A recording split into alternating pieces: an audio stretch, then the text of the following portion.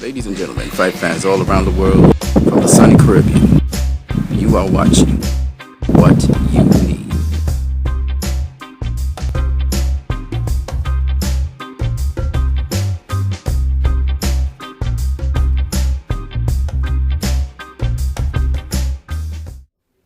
Alright, ladies and gentlemen, we're going to get into the weekend fights. We're going to start off with tonight, Thursday, December the 17th, 2015. In Panama City, Panama, we're going to see Shane Mosley face off against Patrick Lopez. Now, the thing about Patrick Lopez is he's never even fought at welterweight or super welterweight. He's at most fought at junior welterweight, and he's also fought at lightweight. So Mosley's going to be significantly bigger than Patrick Lopez. The other thing is that Patrick Lopez, besides being a smaller guy, I think his fighting style favors a knockout for Shane Mosley. So I have Shane Mosley by knockout when that fight occurs. Luis Concepcion will be facing Hernan Marquez for a third time. Hernan Marquez in two previous fights knocked him out. I don't think that anything different will happen in this fight, even though Hernan Marquez recently came off a knockout loss to Juan Francisco Estrada. On Friday, December 18th, 2015, Las Vegas, Nevada, on Spike TV, Rancis Bartholomew will be taking on Denis Shafikov. And if all goes well, Rancis Bartholomew will come out with the decision win. Now, what's an interesting matchup here is in the cruiserweight division, where Isaiah Thomas will be facing Murat Kassiev. Murat Kassiev is undefeated. He has good knockout power.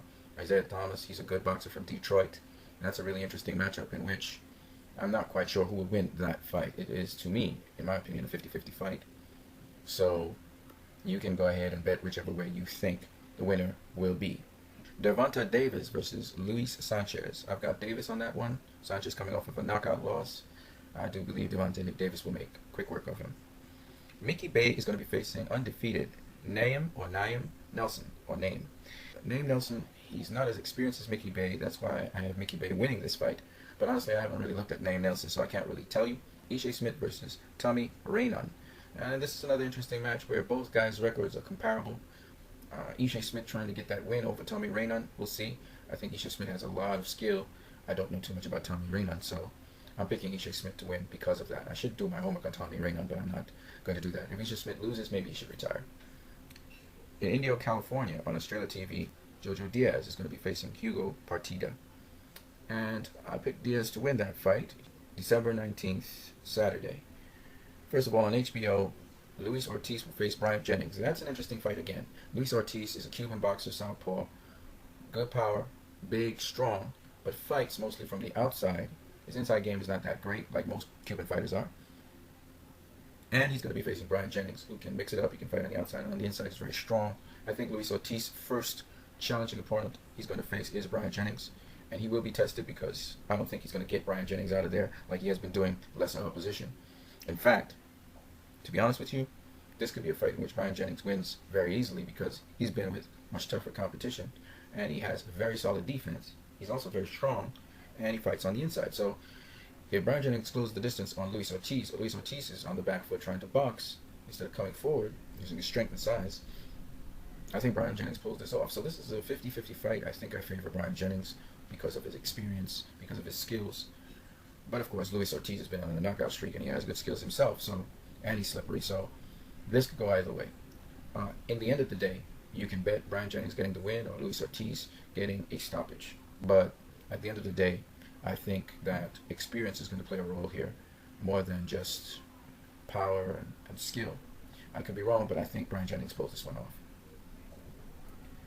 Nicholas Walters versus Jason Sosa. Jason Sosa came up from super featherweight. He has fought at lightweight. And Nicholas Walters, he has moved into super featherweight. So this will be his first test at super featherweight against a pretty solid opponent in Jason Sosa. So we'll see how Nicholas Walters fares. Because I've seen Nicholas Walters a lot, I'm going to favor him to win. That's the only reasoning. I haven't really looked at Jason Sosa. Joshua Clottey versus Gabriel Rosado. Joshua Clottey is an underrated boxer, and I'm hoping that on this platform he can shine and show how good he is. I always thought that he beat Antonio Margarito. I also thought he beat Miguel Cotto. I thought he put on the more effective performance against Manny Pacquiao in terms of shots that landed, that actually hurt his opponent. And unfortunately, Joshua Clottey just never got the shine that he deserved. He fights in a similar style to Arthur Abraham and Winky Wright, but unfortunately, he's never really been a full-fledged world champion. He's a defensive fighter. So up against Gabriel Rosado, this should be interesting, especially as a middleweight fight. And Gabriel Rosado is also a decent boxer, but I believe if Clottey does what he usually does, he should be able to defeat Gabriel Rosado. He has the correct amount of size going into that fight. And that could set up a Canelo Alvarez-Joshua Clottey match, in which Canelo Alvarez was supposed to face Joshua Clottey back in super welterweight, junior middleweight. So this looks like a good matchup for them. Yuniesky Gonzalez will be going into the ring with Vyacheslav Sabranski. And Vyacheslav Sabranski is undefeated at this point in time. Yuniesky Gonzalez lost to Jean Pascal in a close fight, in which you could argue that Gonzalez won that. So, having stepped up in competition, I expect Gonzalez to actually beat Vyacheslav Sabranski, but I'm not too sure because Sabranski, besides being undefeated, may bring skill sets to the table that I haven't seen before. So I can't really say. But I can say that Yuniesky Gonzalez, Cuban fighter who fights more like Glenn Johnson than anything else, he's got a really, really good style, and he really brings pressure. Then we have Yuriakis Gamboa versus Highland Williams Jr. And that's a good fight for Gamboa. Remember, Gamboa is fighting now at lightweight, and Highland Williams Jr., if I'm not mistaken, he's a very big lightweight. He is fought all the way up to super lightweight. So this is an interesting matchup for Gamboa. Can Gamboa beat Highland Williams Jr.? Well, Rancis Bartholomew did, so maybe Gamboa can. We'll see. This is a good test for Gamboa. I favor, of course, Gamboa, because not only because he's the name, but just his fighting style. So it should be a very interesting fight. In the UK on Showtime and Box Nation, Andy Lee will be facing Billy Joe Saunders. Now, Billy Joe Saunders can box. That boy can box. Okay, he's not the greatest puncher in the world, but that boy can box. Andy Lee, on the other hand, he's crafty. He's long. He uses his range. He gets dropped, and he still gets back up, and he continues to fight. He has a lot of grit, a lot of heart, a lot of determination. This guy has never been knocked flat out. He's never been. Not even by Brian Vera, not even by Chavez Jr. So this boy can take a punch. And Chavez Jr. probably at middleweight hit harder than Gennady Golovkin. So I'm just saying Andy Lee's a very, very tough customer. Now, having said that, Billy Joe Saunders is clearly the better boxer. So when I look at this fight, you got that intangible factor that I can't talk about. But suffice it to say, Andy Lee could pull off this win, and Billy Joe Saunders could box his way to a win. It's really about who can outsmart the other guy. Because Andy Lee is a guy you cannot underestimate. And the thing about Andy Lee is this. He will catch you with that right hook. He will catch you. You can look for it all night, how much you want. He's going to catch you with the right hook.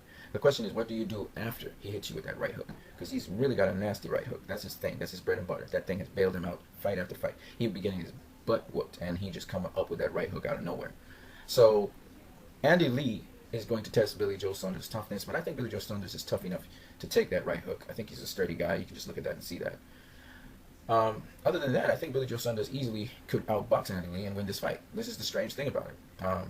Billy Joe Saunders reminds me of a lot of Hector Camacho. That's who he reminds me of. Very sharp, very crisp, very good footwork, very good movement. He's a very good boxer. So, and he can fight on the inside, the outside, mid-range. So, I mean, this is going to be more of a challenge to Andy Lee, I think, in terms of skill, than it will Billy Joe Saunders. People are assuming that Andy Lee will hold on to this title.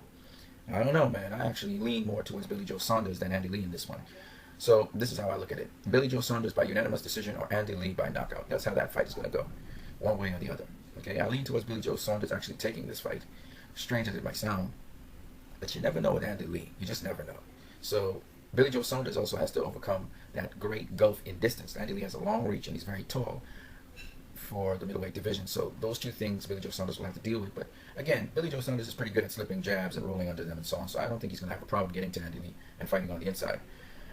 So that's basically the long and short of that. I think Billy Joe Saunders is probably going to beat Andy Lee by unanimous decision, or Andy Lee is going to stop him. Liam Smith versus Jimmy Kelly. I don't know too much about Jimmy Kelly. He's an undefeated Canadian fighter, so that should be an interesting matchup. I do know about Liam Smith now. He is actually the current WBO super welterweight champion of the world. I mean, I favor Liam Smith because he's a champion. I don't favor Jimmy Kelly because he's never been on that level. So Liam Smith by either unanimous decision or knockout.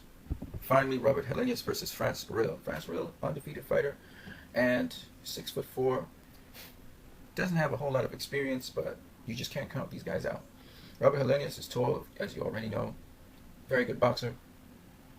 I don't know too much about France Rill, but I will favor Robert Helenius because he has just a lot more experience than France Rill. I haven't seen France Rill, so I can't really tell you about his skills, but I favor Robert Helenius to get the win.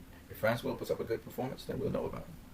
And that's it for the weekend's fight predictions. Tune in later after the fights have occurred for the post-fight results. You guys have a great one.